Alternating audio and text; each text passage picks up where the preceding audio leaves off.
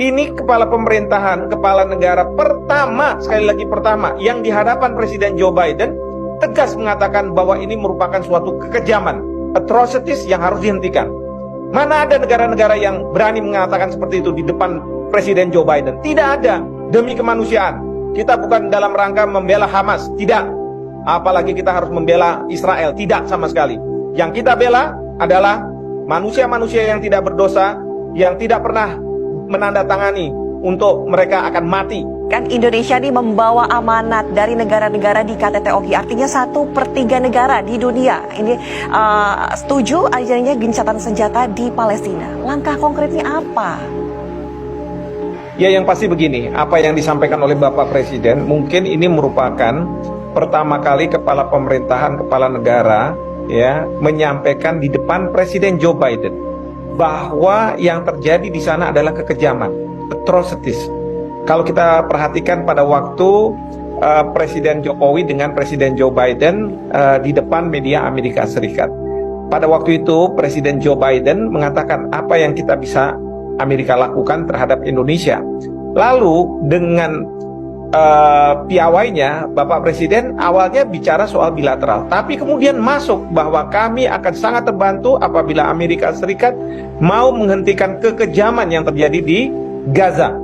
Artinya apa? Artinya Presiden Joe Biden yang selama ini mendukung tindakan Israel bahwa serangan itu merupakan serangan bela diri yang dilakukan oleh Israel, sekarang oleh Bapak Presiden di depan Presiden Joe Biden bahwa ini bukan bela diri, tetapi merupakan kekejaman yang harus dihentikan. Jadi menurut saya ini sudah mandat yang dibawa oleh Bapak Presiden, baik dari Presiden Mahmud Abbas, lalu kemudian juga Oki, bahkan rakyat Indonesia dan rakyat dunia yang meminta agar Presiden Amerika Serikat mengendalikan Israel. Memang sekarang ini Israel dalam posisi dia melakukan serangan udara dan serangan darat nih, masuk ke rumah sakit ya, dengan alasan bahwa pihak Hamas berlindung di rakyat sipil di Gaza sana ya, padahal itu kan tidak benar, dan dia melakukan penembakan-penembakan yang tidak seharusnya, bertentangan dengan hukum humaniter internasional. Nah, jadi sekarang ini memang Bapak Presiden mungkin sudah saatnya untuk bertemu dengan Presiden Xi Jinping, dengan Presiden Rusia, untuk membahas bagaimana serangan dari Israel ini bisa dihentikan. Ya, supaya apa? Amerika Serikat ketika melihat Indonesia berkomunikasi dengan China dan Rusia, mereka akan khawatir bahwa kepentingan mereka di Asia Pasifik tidak terjamin. Ya, tidak terjamin artinya akan selama ini kita ini sebagai negara yang menjadi rebutan antara China kemudian juga Amerika Serikat. Kita katakan kita menghendaki agar serangan ini dihentikan, dan Israel tidak boleh kemudian harus menuntaskan serangan ini dengan cara melakukan penangkapan terhadap para petinggi Hamas, bahkan juga bisa membunuhnya, dan kemudian membuat otoritas yang mengendalikan Gaza di bawah kendali Israel. Karena ini kan sama saja memperluas wilayah dari Israel di tanah Palestina. Ini yang harus kita tentang. Dan saya yakin Bapak Presiden setelah bertemu dengan Joe Biden, dan Presiden Joe Biden seolah-olah mengabaikan ya apa yang menjadi concern dari dunia yang disampaikan oleh Bapak Presiden. Memang kita tidak bisa berharap kepada Presiden Joe Biden secara katakanlah pembicaraan bilateral. Oleh karena itu yang saya usulkan, kalau kita mau maka kita bisa bertemu dengan Presiden China dan kemudian Presiden Rusia. Demikian. Artinya ancaman dong yang harusnya diberikan oleh Indonesia ketika tadi Profesor mengatakan bahwa harusnya bertemu dengan Presiden China dan juga Rusia juga. Ini artinya ancaman. Betul, ancaman agar Amerika Serikat mau mengendalikan Israel untuk menghentikan serangan. Ya, kita tidak dalam konteks ancaman kemudian kita menggunakan kekuatan senjata, tentu tidak. Ya, tetapi kan kalau misalnya China atau Rusia membuat coalition of the willing untuk berhadapan-hadapan dengan Israel, ya bagaimana lagi? Ya silahkan saja kalau itu mau dijalankan. Seperti itu. Oke.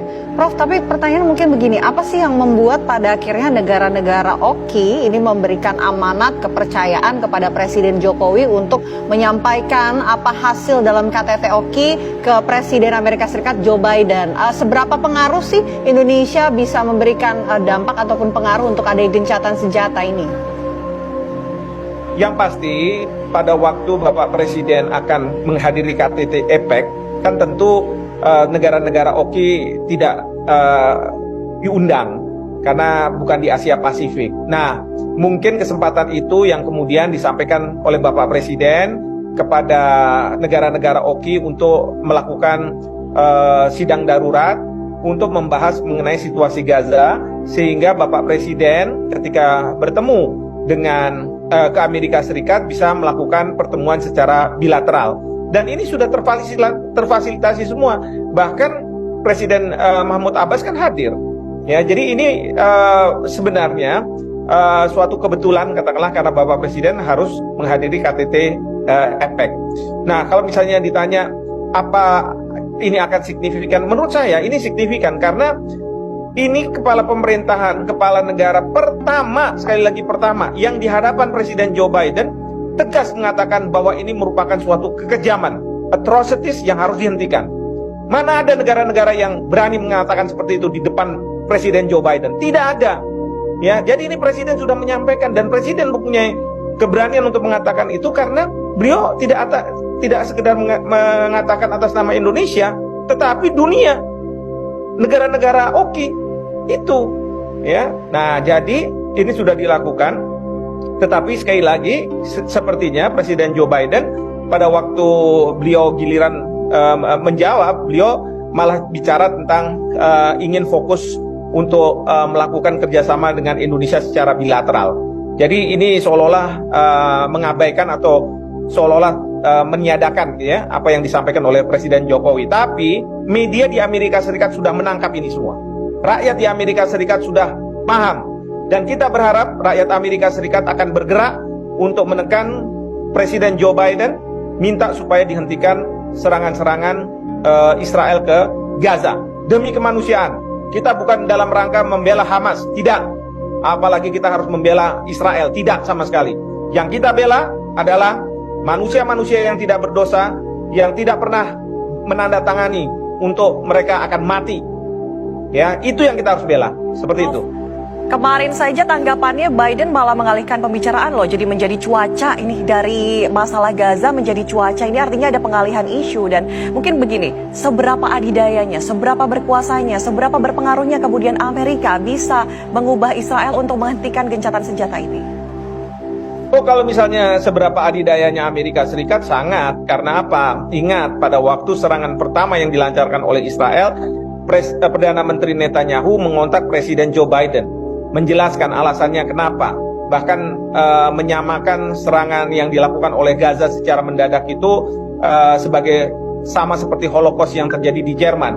Itu menandakan bahwa dia ingin mendapatkan pembenaran tindakannya itu dari Amerika Serikat. Dan Presiden Joe Biden selalu mengatakan, termasuk wakil presidennya Kamala Harris, bahwa apa yang dilakukan Israel ini merupakan suatu tindakan hak untuk membela diri Israel. Ya, apalagi sekarang lobi-lobi Yahudi, perusahaan-perusahaan Amerika yang dimiliki oleh warga negara Amerika keturunan Yahudi sudah merapat juga ke Presiden Joe Biden untuk memastikan bahwa Joe Biden akan terus mendukung Israel. Sampai kapan? Sampai Israel menangkap, sekali lagi, menangkap para petinggi Hamas. Karena bagi mereka mungkin dianggap sebagai point of no return. Jadi tidak mungkin kembali lagi ke nol. Ya, jadi ini harus diselesaikan. Dan ini mungkin dianggap sebagai momentum untuk penyelesaian once and for all, supaya tidak ada lagi serangan-serangan dari Hamas ke Israel. Karena selama ini Israel merasa bahwa kalau dari tepi barat mungkin tidak ada serangan-serangan, ya, rudal dan lain sebagainya, tetapi yang terjadi serangan itu dari Gaza yang dilancarkan oleh Hamas, seperti itu. Prof, apakah dengan Indonesia terus menyuarakan kemerdekaan Palestina di dunia internasional, ada dampak yang dirasakan oleh Indonesia sendiri, Prof?